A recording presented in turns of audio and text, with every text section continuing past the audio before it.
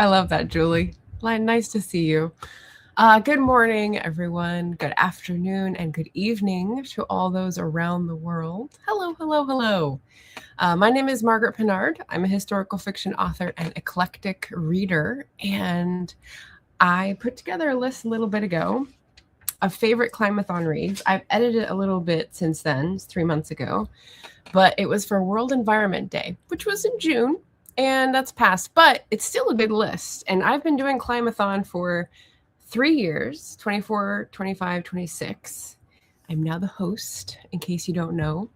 And Climathon is about reading books about the climate crisis, the science, the technology, the policy, the care communities, the survival strategies, climate fiction, anything that catches your interest that can get us closer to saving ourselves. So welcome into the Climate Dome. I don't know. I don't have a name for that. That's new. But we're going to be going over 20 books, 10 best. So my 10 best. I had several more. I edited it down, as I said. I'm currently reading 2 books that are climate related, and then 8 books that are on my want to read list that I am most excited about that are Climathon reads. So, yeah. First of all, I wanted to give a little shout out to one of the channels I subscribe to. It's called Library Without Borders, and every once in a while, Chilanda pops her head in here. So I watched her most recent TBR video. I put it in the description down below, and she opens it up with, yeah, things are crazy, things are bad, but you know, do what you can.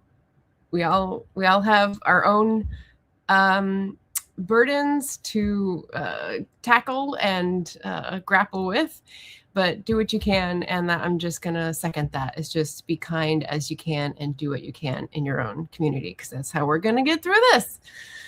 Okay, so welcome everybody. Julie was here, ready and waiting with pen in hand. I love that. Cadpaw also ready on the phone. I'm so sorry. Yeah, I was just looking at headlines about North Carolina electricity bills skyrocketing and people actually dying in the heat. Tell me how we're a developed country again. Hi, Lynn, Mad World, drinking yellow tea. Oh, what did I do with my tea? Hold on.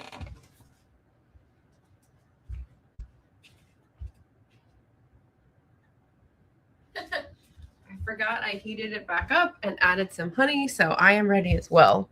I'm actually drinking one of the specialties. It's cream Earl Grey. So one of my fancy little favorites, I guess. And Leslie, listening while at work, I adore your scarf. Why, thank you. It was a gift. Kappa's drinking coffee. Awesome. It's very handy too. I think these are going to be the new accessory trend of the climate crisis, because you can wipe sweat off it with it. You can protect the back of your neck when you're walking in the sun. You can hold it up to your nose if it's smoky from wildfire. It's the all-inclusive accessory of the decade. Let's see. Yes, tea. Oh, tropical countries, thank you for tea. So yeah, so welcome to the channel, everybody. Let's start with the favorites. So I am going to go with the ones I don't have in hand first, because then I won't forget. How about that? I've got my Storygraph open to the Climathon page. Google Chrome is accessing your screen. Go away. I know that. I'm doing that myself. All right. So we have, ta-da. So this is just the entire tagged, right? So I have 135 books. So this includes books that I've read, books that I have not read, right? So we're going to just search here the books that I have read but do not have from my list. So favorites, let's see. This is in order of backwards chronological order, because that's how I went through my read books. So you've probably heard me talk about this one. Our Oaken Bones is going to be my first favorite. Now, these are not in like 10 to 1 or 1 to 10. These are just 10 best.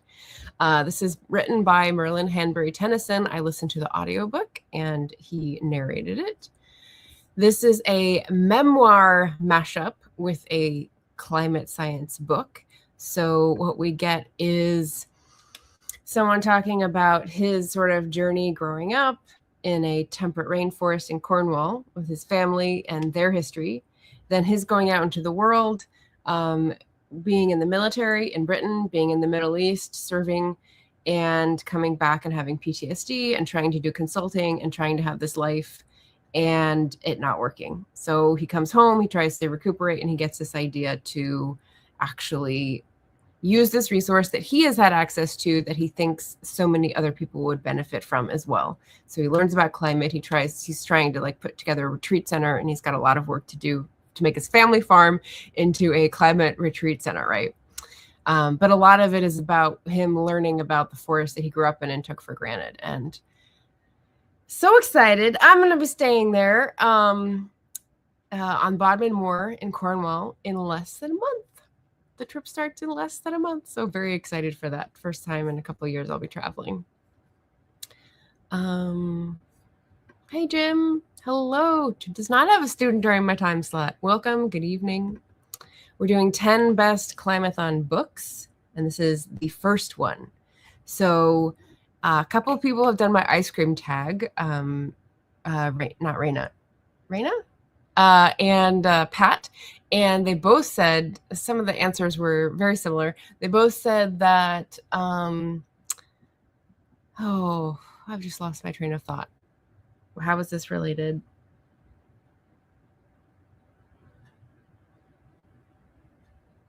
Oh, yes, trend. One of the prompts was about a trend in books, and they said there's a lot of genre mashups that they've been noticing.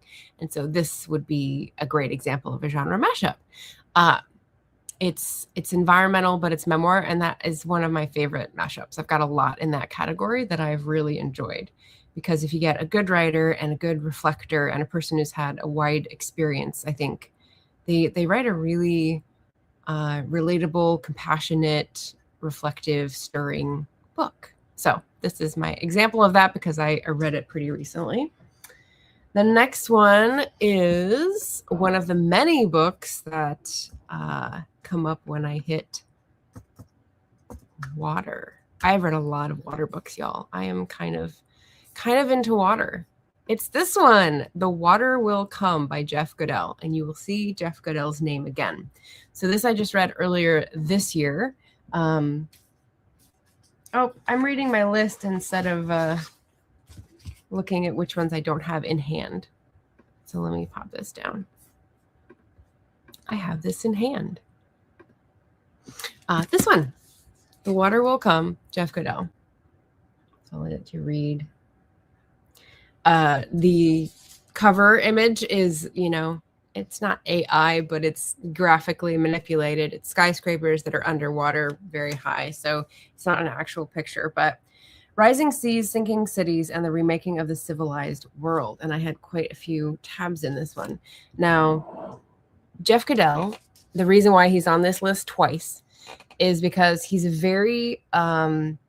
he's a reporter that has a very strong style. It's not persuasive, but it's reporting on things that are facts, but that are also different perspectives. So he's talking to different people who are experiencing different effects of climate change, and he's getting like the real estate market's view on things, and the city council members' view on things, and the insurance company view on things, and how all of these things need to work together to come up with solutions. So you get a really good sense of, oh, okay, I don't know anything about that world, but I do know something about this world, and maybe I can do something on that front. So I really like the way he does this sort of like lots of different interviews and reporting.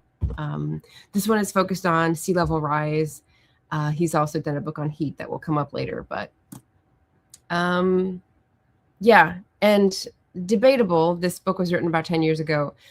will come is debatable, because I think what he highlights is that there are places around the world where it is already happening.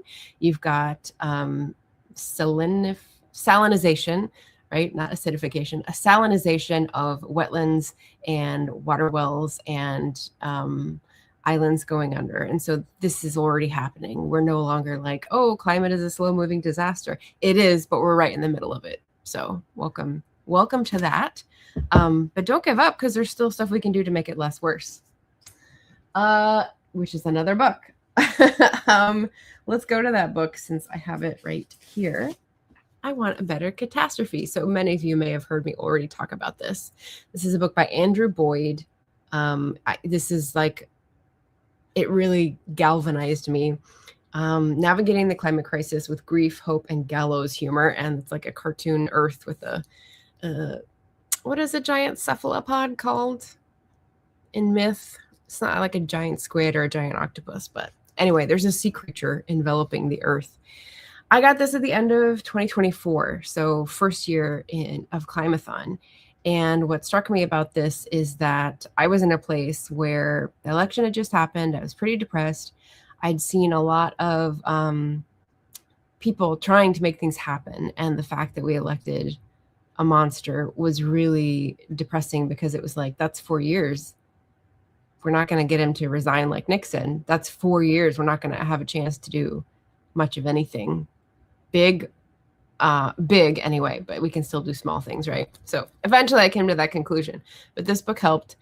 Andrew Boyd talks about the metaphor of kayaking down rapids, and it's a reach for me. I have never kayaked down rapids, but I've canoed down rapids ish. And basically you can go down rapids without a paddle and just plunk, go overboard, fall in a rock, drown. Or you can have a paddle and sort of push off things and maybe not go over and sort of survive at the end if you lose all your tackle, or, you know, you bang up your canoe or kayak. So he's using this metaphor to say, hey, there's still things we can do to make this not as bad as it's going to be now. So I came out of grad school having studied economics and familiar with the term BAU, business as usual. So when you do economic forecast, it's like, okay, here's the line where we're going if we don't change anything and everything keeps going as usual. And here's a line if we do this, here's a line if we do this, blah, blah, blah, right? So he's like, business as usual is us drowning in the rapids, but what can we do to cultivate community, to cultivate resistance, to cultivate networks that are going to help us survive together? And that was what I found really hopeful about this book. So 10 best for sure. All right, I'm going to start a pile of books over here on the top of the couch, which is a pillow. It's soft. Bean is just below on the couch. He's like sprawled out. So I'm really hoping the stack doesn't topple over. Okay, what do we have next for 10 best? Okay, another one you will have heard me talk about. Hospicing modernity. Oh, yes, look at that. Look at that. You've all seen me talk about and evangelize this book. And I hope I've converted Tasman. That is the founder of Climathon. The channel is Tasmetu, so go check that out if you're not familiar with it. But Hospicing Modernity was read early this year, I think. And this is one of those game changer books, life changer books. So it's written by Vanessa Machado de Oliveira. She is a Brazilian indigenous education and environmental specialist, and she's gone around the world. She's written 2 books and then returned to her community to try to help them survive things. She is, like Andrew Boyd, looking at where the country is going business as usual and saying, the system is no longer serving the people, so the people need to, more in the system, let it go, build a new one, right? I really like the metaphor I came up with when I was reading Andrew Boyd's book, was that we need to build things now to be able to grow them when other things collapse, right? You can't have everything collapse and then go, oh, let's start building something now. So I pictured this as like, we're on a train and it's going into a tunnel and you're going to get knocked off, like every great action sequence. But, if you build another smaller train, it might be smaller. It might not hold as many people, but if it's going alongside you, you can jump over to it before you crash into the mountainside. Something like that. That's not a very the physics of the trains in the tunnel don't really work, but you're with me. You know what I'm talking about. So this is about taking what lessons you can from the present system, how we've screwed up, but also how we've made a lot of scientific discoveries and know how things work, and then taking what we want and what will help us and leaving the rest. So this, like I said, game changer, life changer. It's really from a different viewpoint about communities and interdependence, and a very different view from what I grew up with in a Western world where you succeed, you put in your time, you have a retirement account, and more everything is monetized. So just really, really good. Hospicing modernity. Hospicing meaning mourning, putting to bed. Modernity meaning our present system of capitalism and profit motive and greed. So yeah, the system is doing what it does. That's this feature, not a bug. All right, we're up to 3 books, and it's holding steady. I don't want to skip the chat here. Let's see. Oh, okay, that's why Jim has time. There's no students in August. Excellent. Excellent. Constance is here, says hello, hello, hello, hello. Are there any fictional climate heroes yet? The only one I can think of is Octavia Butler in, now I can think of his Kindred. Not Parable of the Sower. There we go.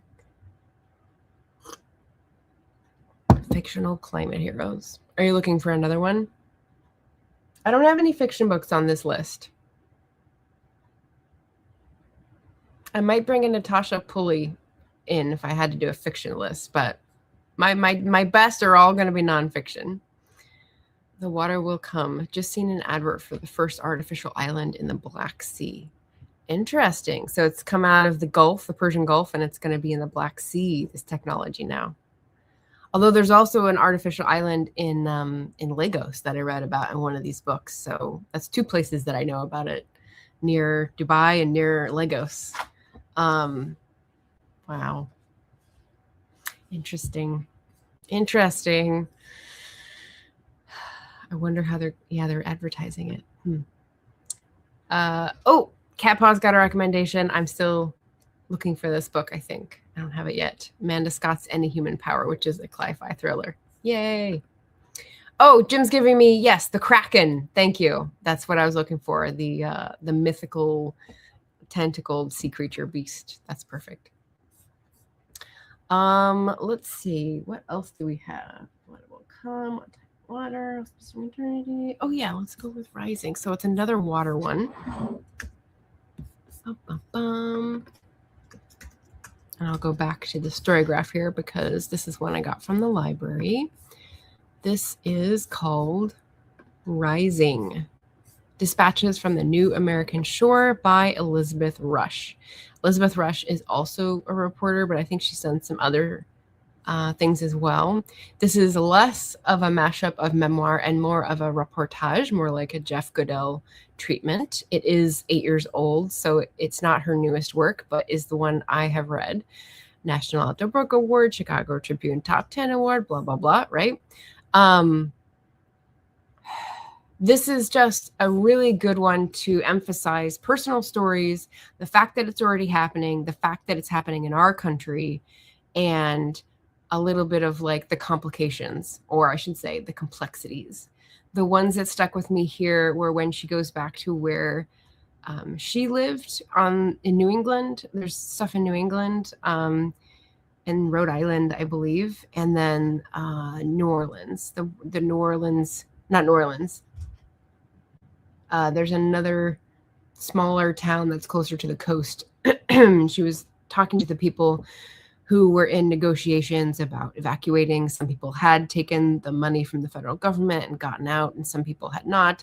There were a few stragglers left. It was stuff that was sinking with sea level rise, and wetlands that were no longer intertidal zones. They were now like underwater. It changes the water table. It changes the, foundations of houses. And the complication there was that it was a Black Indigenous community that was also looking for recognition as a community. So the fact that they were having to scatter is degrading their ability to request recognition, because they're no longer in one area and can claim this is our ancestral land. You see, so there's all sorts of levels. There's all sort of like cross interests and motivations, and there is always change in the world, but this change is not one that we would have chosen if we knew. And now we should be in it enough to know that we should choose a better way. Dee Dee's here. Hello, hello. Good evening. I hope Europe, France, Ireland, etc., is doing better with their fires. Ours have definitely shifted, so Portland is no longer in the smoke. Constance says, Margaret, I hope for that fictional hero to inspire younger adults. Has to be a series that would adapt well to big screen. Oh, okay. Well, that's a good question to ask other folks. So, yeah, if you've got other questions, pop them in. If you've got an answer for Constance, pop it in. That's a good one. Lynn says, I read this a while ago, but The Ministry for the Future by Kim Stanley Robinson would be worth checking out as far as climate heroes. Interesting. I read an old one by Kim Stanley Robinson, and I was about it. I did have Ministry for the Future. I had another one that had a number in it. I think it was a future year date. But I took it off my wish list because I didn't like the older book. I should probably put it back on. And Ministry for the Future is definitely newer, so maybe they've changed their approach a little bit. It's worth it. It's worth checking out. Let's see. Rising. What's next? Let's try Heat. Yes, let's go for the other Jeff Goodell one while we have the story graph up. The Heat Will Kill You First. So I read this all the way back in 2023. Oh my goodness. And yet there are still pieces of this that are imprinted on my brain. So Jeff Goodell, I've already outlined. He's a great reporter on climate science and climate policy and climate crisis. The Heat Will Kill You First is the book about the heat effects. So if we don't think, so this is again, when was it written? 2023? I read it in 2023? Oh my goodness. Okay, so this is after his water book. But he's still choosing to use a future verb in the title, which is interesting because 2026, 3 years later, we are definitely seeing people dying from heat. So his most impressive scenes from this book were when he was talking to people who had already experienced surprised conflict with heat, and it was people who go out on a trail, not bring enough water for the day, and like have to be evac'd or actually die out on a leisure activity, which is crazy. We're hearing about heat waves in Europe. We're hearing about electricity bills not being paid and people dying in North Carolina. As I said, I just saw that today. Yeah, places where people do not expect to have heat are now experiencing heat effects. And some places in the world may look at those and say, that's not hot. But, you have to relate it to what you're adapted to. So there were lots of great examples where he goes to different regions and asks about this. I think there was some in Alaska. And of course, in Alaska, where it's snowy most of the year, you've got permafrost melting. You've got soil disappearing because of that. So people can't live where they've traditionally lived. So that affects indigenous communities as well as settler communities. There's just all these things you don't think about and that are happening now and that are, in this administration, not going to find any FEMA assistance, not going to find any government programs to help them adjust or adapt or mitigate. And I think it's important to see what is happening at a level that is deeper than the news and the headlines and the sensationalism. So I do find news in short bits. That is notably what TikTok is for. But I also find news that is bigger stories. And you know what's really good actually for bigger stories is if people watch John Oliver. So he does lots of different subjects, obviously not just environmental news, but he will take stories that take years to develop because he has the budget of HBO or whoever runs this week. Last week? This week. Whatever his show is called. And they do really in-depth reporting. They don't go interview people like The Daily Show did, which is kind of pranking people, but they do investigate. They find other people's interviews. So they're supporting local news, small town news channels that are actually working on this on the front lines, as they say. So yeah, I like that format better, and it may be better for some of you who cannot risk or cannot expose yourselves to like the onslaught of every new headline, because that can be a lot.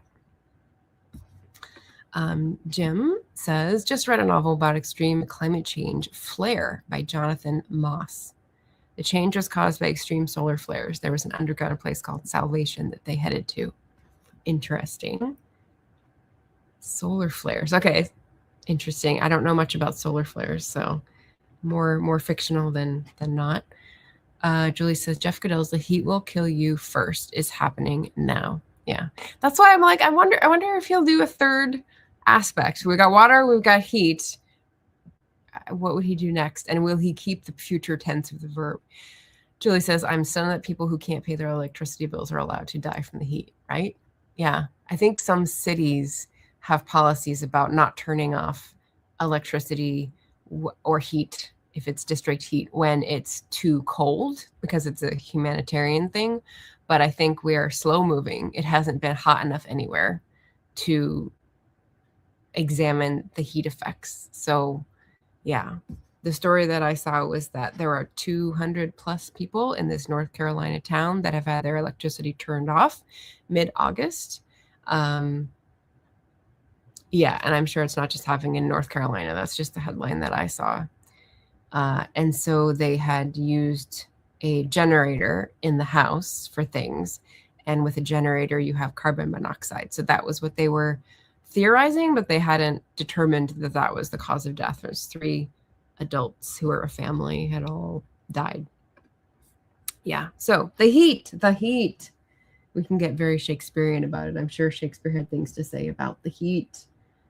All right, and then let's go to the final Storygraph one, which I do have this book, and I'm a little worried because I can't find it on my shelves, and I don't have a note on Storygraph that I lent it out. I may have lent it out, but I can't remember now.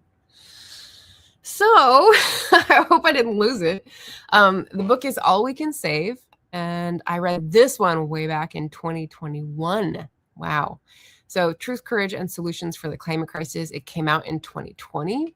So this is a great work. It's a anthology. It's got fiction, it's got nonfiction, it's got poetry, it's got art. It's really cool. It's just a collective effort to show people what good people are doing. So if you've had enough and can't handle any of the big stories about communities collapsing and people dying, this is a good antidote. All We Can Save is collected by Ayanna Elizabeth Johnson, who I follow on Instagram. She's great. And Blue Sky, and Catherine K. Wilkinson, who I don't think has an online presence, but they together compiled all these pieces from different authors and writers. And it's just a beautiful book. So this was a bit of a splurge. I think anthologies are automatically more expensive, and it was like really high quality, sort of clay heavy paper. So just warning you, it was a bit of a splurge. I think it was like $30 paperback, maybe 28, something like that. But anyway, you can get it from your library as well.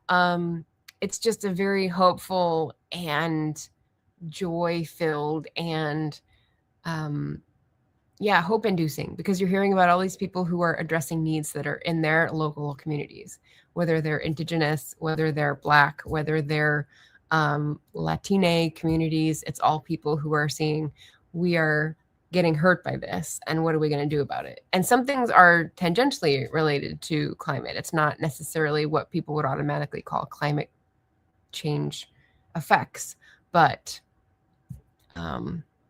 yeah, things that needed saving. So really, really good. Read it a long time ago. Should probably go back and read it again. All We Can Save, 10 Best. All right, so what do I have left? 1, 2 left. All right, I've covered 8. I'm going to go for 2 more here that I have in my hand. And this is second to last one, The Uninhabitable Earth by David Wallace Wells. Now, David Wallace Wells, there's another writer in Britain who writes a lot, and he's got a very distinct last name.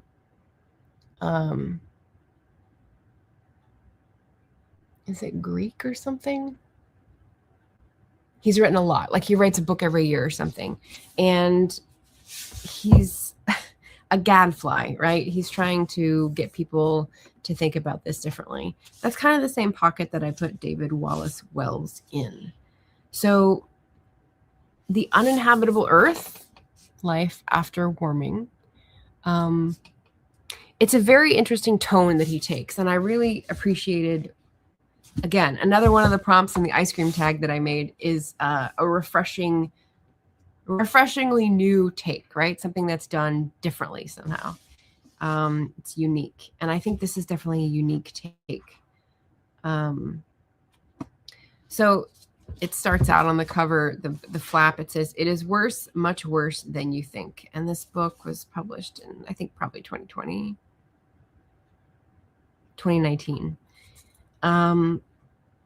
Basically, he's going through all the different ways that human life is going to be changing.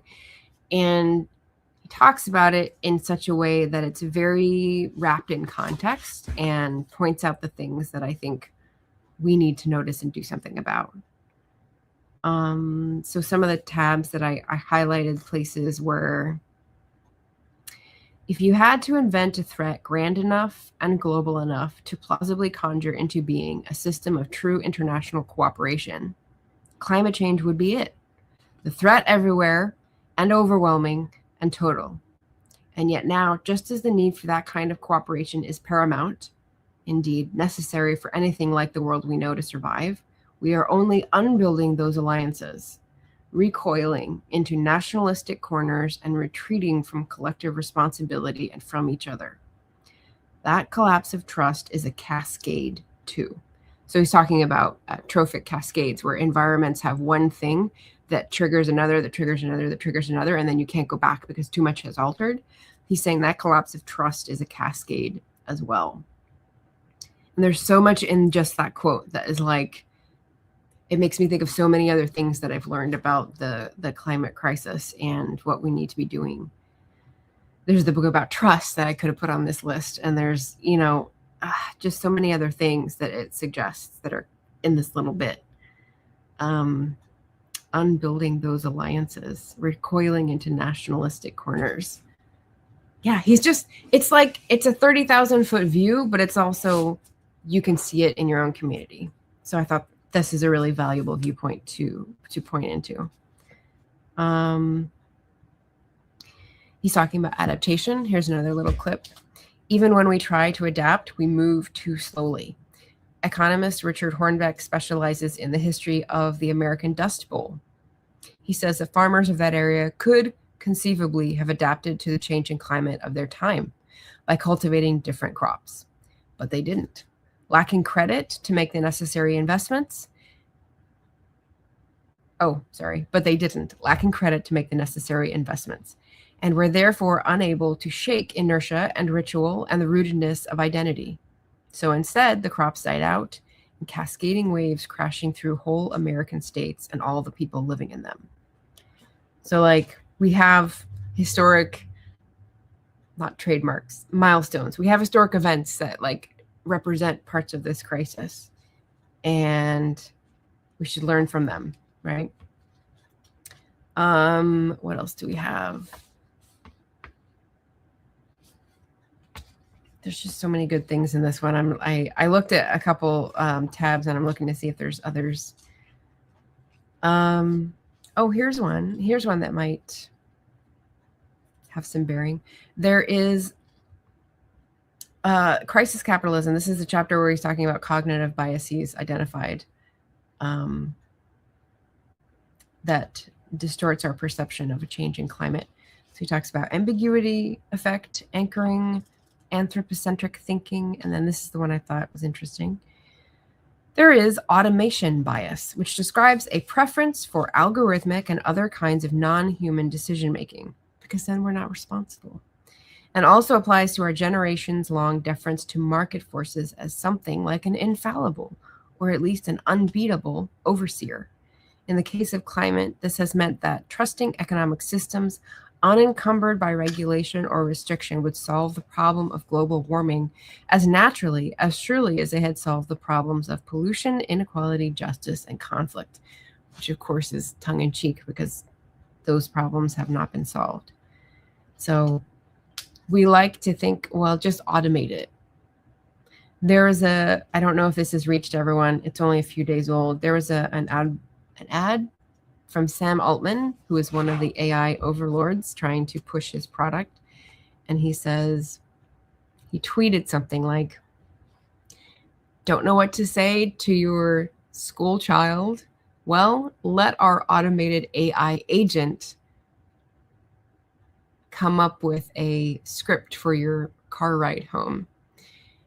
And what you need to do is upload all this information about your child. What are they interested in? What are their hobbies? What are they studying this year at school? Who is their teacher? What is their schedule? All this kind of stuff. And, you know, if that's ever hacked, that's danger. That's a risk, right? But don't think about that. But people replied to the tweet and they said, or you could just talk to your child. You're like, yeah. So viral, right? They're pushing this product because they see it as the solution. And what David Wallace Wells is saying is that this is an automation bias. We think that automated systems are neutral, are without bias, and really it's baked in. It's just as human a system as we are because we made it. So there's no getting away from biases by making something algorithmic. I don't think anyone falls for that anymore, but you need to rethink some of your assumptions. Really, really well done. I like the way he wrote this, and I think it's a little different from all the others that are like doom and gloom, because it relates different systems to each other, which I found really, really good. 10 best. All right, we're up to 4 books. Bean is still fine. Okay, and we're going to conclude our 10 best with On Time and Water, which is another mashup of memoir and climate change. So this is written by Andri Snar Magnusson, and I read this earlier this year.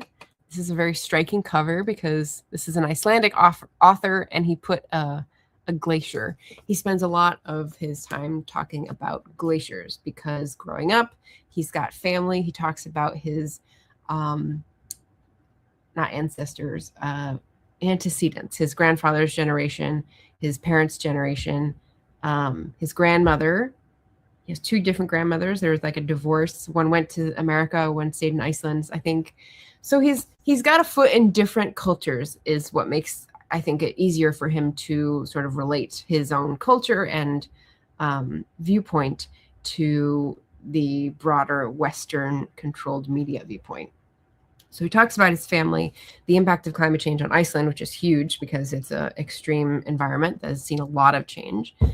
And then about climate more generally, when he started looking at climate. He was a writer, he was a poet, and then he started noticing what is affecting his life, what is affecting his country, and writing about that. And just really, really good. I talked about this pretty recently, so I don't need to go into the whole thing. Let me just share one of the praise quotes. Andri Snar Magnusson combines intimate history and collective mythology. That's right. He talks about the sagas, the ancient sagas, personal essay, and exploration of memory, geography, and environment. He talks about the memory of water. That's right. to bring the elusive reality of climate change painfully and dangerously close to each of us. And that was written by Paolo Giordano. On Time and Water, just like a really profound reflection of both science and not meta-science, but almost spirituality, but spirit in the environment. So just a really accessible, personal memoir-ish about the climate crisis. So, oh, so good. All right, we're going to go for 5 books. Okay, Bean just looked up because he's like, I hear something close to me, but he's not concerned. All right, so that's 5 books on the couch. That's 5 books on Storygraph, and that is the 10 best that I have read for Climathon. And that stretches from 2021, actually, to 2026. So that's 5 years. 5 years of Climathon reading. So take that, do what you can, right? What Shivanda said, do what you can with kindness. And now for my current reads. Boom, I've got a banner for that. Let's see. Jin's giving a a fictional climate hero, Princess Mononoke. Not a superhero, but a terrific environmental protagonist. Her conflict is essentially about whether humans and the natural world can coexist. That's so good. I should watch that again because I haven't seen that since college. I wonder where I can find that. I've been wanting to host like a watch party at home, just like I do potlucks, but my record for inviting people over and coordinating schedules hasn't been good lately. Mad says, if you could recommend one of those books as a top read to recommend, which would it be? Hospicing Modernity seemed super interesting to me. That would depend on the person. What I did and what I started with several more. I had like 23 on this list and I edited it down because what I had in parentheses after this is sort of the note or the unique piece about the book. And what I was trying to do was give a diverse representation, right? So I'm trying to get something that will work for everyone in these different books. Boom. Read widely, read diversely. This is my eclectic reader coming out. And it would depend on the person. So, and how well I know them. Mad. If Hospicing Modernity is the one that calls out to you, that's the one that you should pick up. I would say it's different things for different people. I've got a lot on water. I've got a lot on policy. I've got a lot on indigenous. I've got a lot on like reporting. So there's different styles. There's different regions. There's different tones. It depends on your mood. Depends on what you want to read. These are the 10 best. I've read 100 books about this, so that's what I'm narrowing it down to. Don't ask me to narrow it down anymore. Jim says, in the real world, Wangari Maathai is a climate hero. Yes, definitely. Kenyan environmentalist founded the Greenbelt movement, which mobilized people to plant millions of trees. She won the Nobel Prize in 2004, which I'm pretty sure you just Googled. But yeah, Wangari Maathai is great. I think she has, books written about her for sure. She hasn't written a book herself. But yeah, great figure. Let's see. Current reads. That's what I was going to do. Forgot that here with the chat here. So this is one that I've been working on since last year. It's a big book. It's bigger than my head, but I'm working through it slowly. It's Drawdown. Got this in Powell's. It's not that big spine-wise, but it is a big format. And basically, this is edited by Paul Hawken, who's a noted environmentalist writer. It's is it 100? I think it's probably 100. Things to do to mitigate climate change. Basically, what can we do to mitigate climate change? And if we do that thing, how much does it get us toward the goal of ratcheting down human emissions that are provoking the earth to clap back, as it were? So he and a bunch of scientists, of course, these 100 or so tactics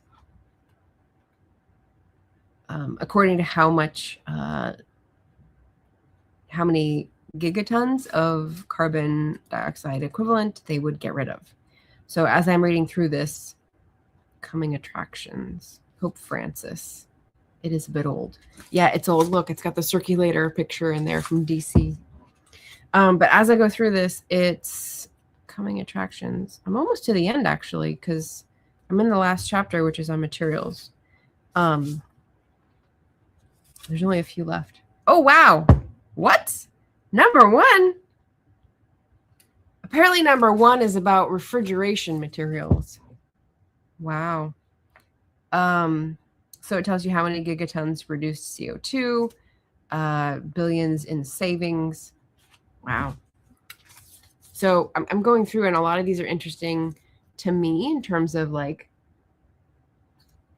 efforts I want to get involved in. Obviously, a lot of these things are things I could never influence because they're engineers or people who are very in very niche industries. So like I don't know enough about them, but some of them are doable, like citizen initiatives. So drawdown is like everyone needs to do a thing, pick your thing, and that really appealed to me.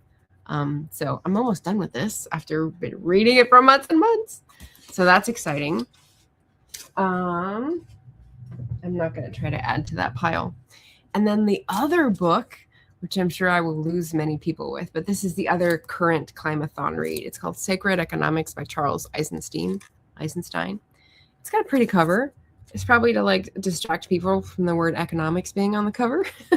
But I'm maybe a third into this, and lots of tabs, lots of interaction with this text, because it's not, there is some economics in here, yes, but it's also telling a story about how the world worked before money corrupted it, and how money is the root of all evil.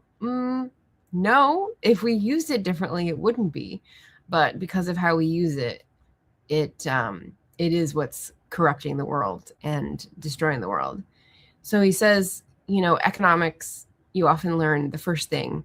The world started out as a barter economy, and people who had X traded it for Y, and they agreed on the amount that was worth it to them. And then they had basically like a placeholder, which is an IOU, which was, well, everyone agrees gold will be this much, equaling that many chickens or that much leather, whatever, right? And what Eisenstein brings up is that no, barter was not the first thing we did. Every early civilization that we've studied has a gift economy at its heart, which means they appreciated that this world was a gift. Everything in it was a gift. Time was a gift. Life was a gift. And that made them want to give back. And so if they, by their labor or by their harvest or by their talents, came up with something that could give back, they would do that. And so if they lived in community, they would try to combine forces to put food up for winter, or make shelter for people who are new, or, make medicines for people who are sick. And it was like a long interwoven interdependency, and that's what their culture was. And I really like that as an alternative to debt peonage and serfdom and inequality. So you may have inequality in early original societies, but it was because people were defining their roles differently, not because one person had all the power and everyone else had to not patronize, appease them like Jabba the Hutt. So that's how he starts. That's where he starts. And then he sort of builds from there about like how we got into this and why this system doesn't work and what the alternatives are and what the motivations are. So we get psychology, because economics is basically behavioral psychology. So I'm really, really like digging into this. I'm taking notes on my tabs as well. So I'm not going to have anyone to talk to about this, which is why I'm going to be talking about it to you in detail. Maybe I'll motivate myself to get a standalone book review of Memory Police by saying, I can't do that. Can't do this until I do that one. But anyway, really good. I'm taking my time and trying to digest it. There's definitely parts in there where I'm like, I didn't understand this when it was in econ studying it either. So he's not explaining it well enough. So we'll see where I end up. All right. So we've got 10 best. We've got 2 current reading. That leaves the 8. TBR books in climate that I am most excited to read. And if you're interested in these, maybe we can buddy read it. You can check if it's in your library.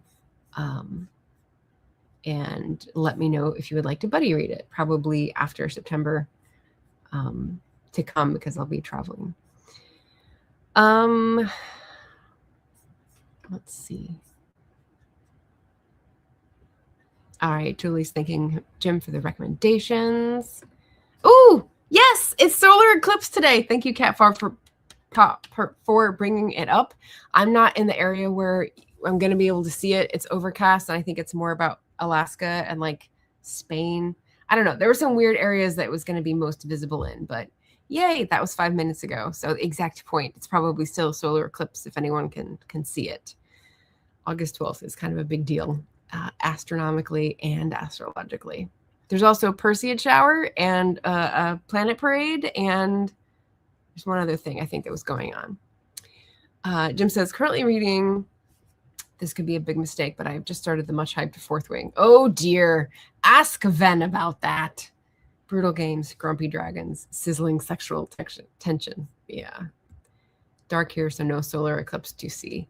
But maybe you'll see the meteor shower. I didn't look up where the meteor shower was like showing across the world. That would be pretty cool. Or the planet parade. You could see some of the planets that are like aligned up. That's what that's called, the planet parade. Neptune and Uranus are the hardest to see, but you've got, I think, 4 that are lined up before that. You might be able to see if you're in a dark enough area. Not here either. Cloudy, Greenland, Iceland, etc. Okay. Yeah, the northern pole. Pretty cool, though. All right, the 8 TBR climates. Let's see. Climate TBR. So some of these are going to be obvious. Some of these are not. What We Leave Behind. This is one I got recently, and I think I talked about it in a haul, by the author of Endgame. It's written by 2 people, Derek Jensen and Eric McBay. It's blurbed by Bill McKibben, who's a huge environmental guy. But they had it, when I opened it up, they had a whole thing talking about, we didn't know how we were going to write this, so you could tell who's talking when. And so they just like trade back and forth. And I thought, that's interesting. So What We Leave Behind. Howard Zinn said, it makes me think of Thoreau, of Lewis Mumford, of Tolstoy, who asked us to rethink our most deeply embedded beliefs in order to live clean, modest, thoughtful lives, to return to that natural world we have forsaken. Jensen and McBay are those rare thinkers who challenge all the accepted norms and habits of civilization, in quotes, and ask us to get back to our naked selves. So that's cool. Roxanne Dunbar Ortiz also blurbed this. Sorry if you're hearing noises. Their sprinkler system is being checked. They said they wouldn't shut the water off, but they're making a lot of noise out there. Okay, so What We Leave Behind. That's number 1. There's this one, which I've talked about before, Climate Courage. Haven't read it yet. How tackling climate change can build community, transform the economy, and bridge the political divide in America. So there's a nice, bright cover. Andreas Karlas, I think he's an American. Even with that name, I had doubt.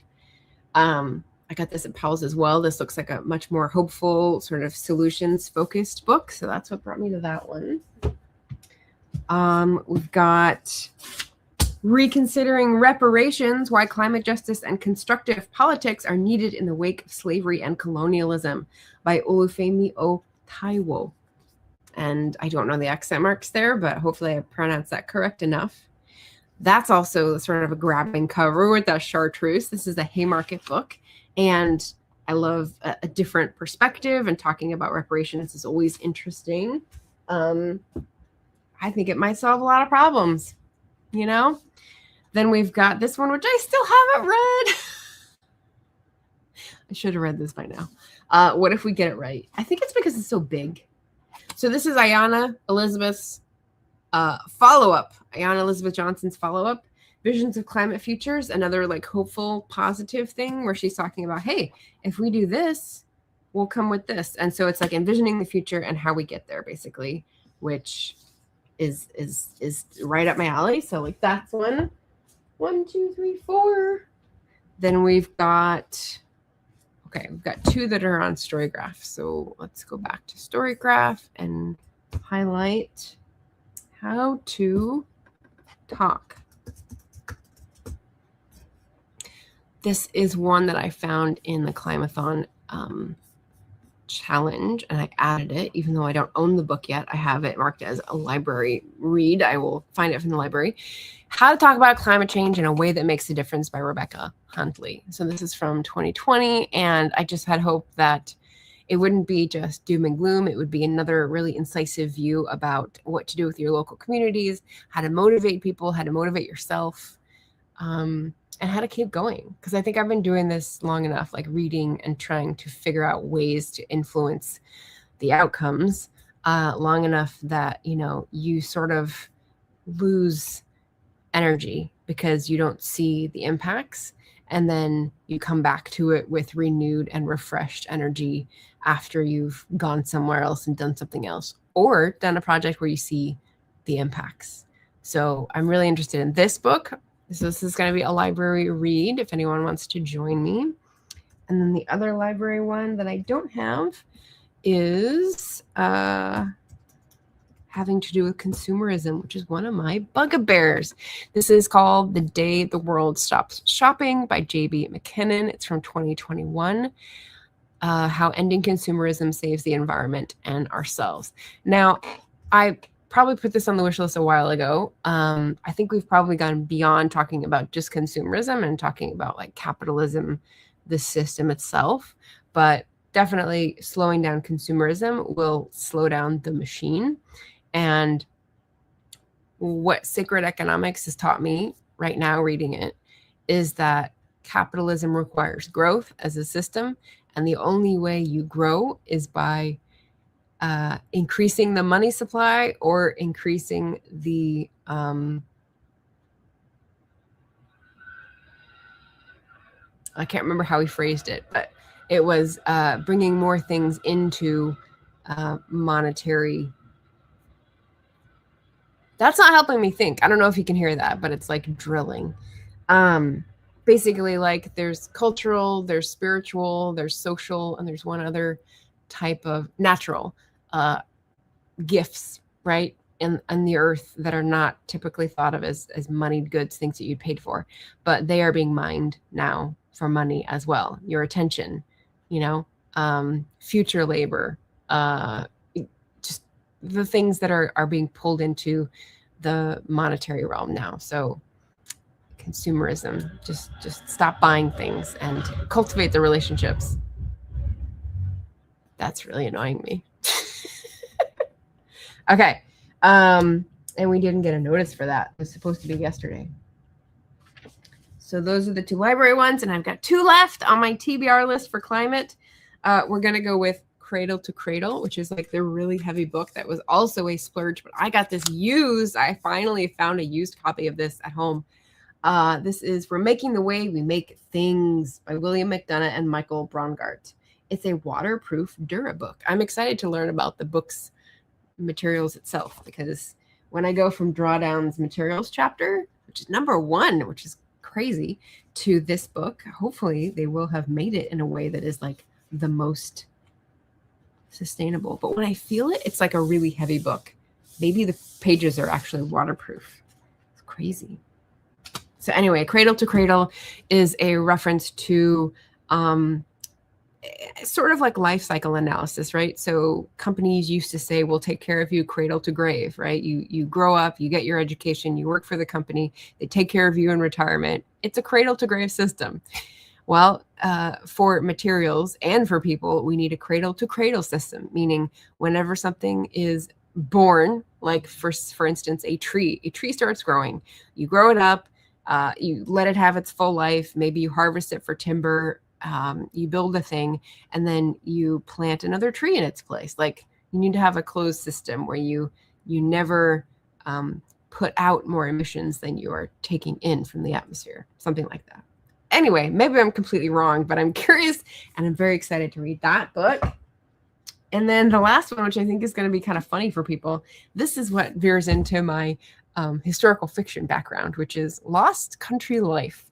And there's very few reviews on this in Storygraph. But some of the people have said, yeah, there's a little bit of bullshit in this book. But she says something about droit de seigneur in the first 20 pages. And I was like, okay, well, that's history. That's not. they said it without irony. So Maybiz author Dorothy Hartley in 1979 sympathized a little too much with the old aristocracy. Maybe that's what the reviewer had an issue with. But to me, when I found this in the thrift store in San Luis, I thought, oh my God, this is a gold mine. How English country folk lived, worked, threshed, thatched, rolled fleece, milled corn, brewed mead, ... So this would be a really good resource for someone who's writing about those times and needs to know how people did all these things, first of all. But second of all, a lot of these are skills that are lost and, you know, we may need to come back to. Flax and hemp. I tried to grow flax and it died very quickly because I didn't have enough plants and I drowned it. Ox yoke. Marl and chalk, building materials, forest laws, like gold mine. So this is definitely an additional apocalypse book. If you saw that video that I made quite a while ago now. So yeah, so 10 best, 2 current, 8 TBR, and the annoying noises going on outside. And the solar eclipse. So that is all that's going on. We've rounded out the hour. I have a lot going on, but do remember to do what you can and be kind to people and think deeply and channel Thoreau and go out and be in nature for a little bit. That's what I would recommend, if at all possible. That's it, I think. I'm trying to remember if there's anything else. Oh yeah, reminder. I still have 75% off all of my ebooks, and I'm trying to boost the thermometer up, so that I don't pay a maintenance fee. So I've still got until November now because the anniversary changed when I combined my accounts. Yay! I have 2 more months grace period, but I've got $80 to go. So $80 net, not revenue. So if you can buy a book for a friend, pass on the word, recommend historical fiction that has also got like messages about how we should be treating people and, you know, lessons for today in it that you might want to give to anybody, please do. Order it from an independent bookstore, order it online from bookshop.org. Links are down below. I would really appreciate it.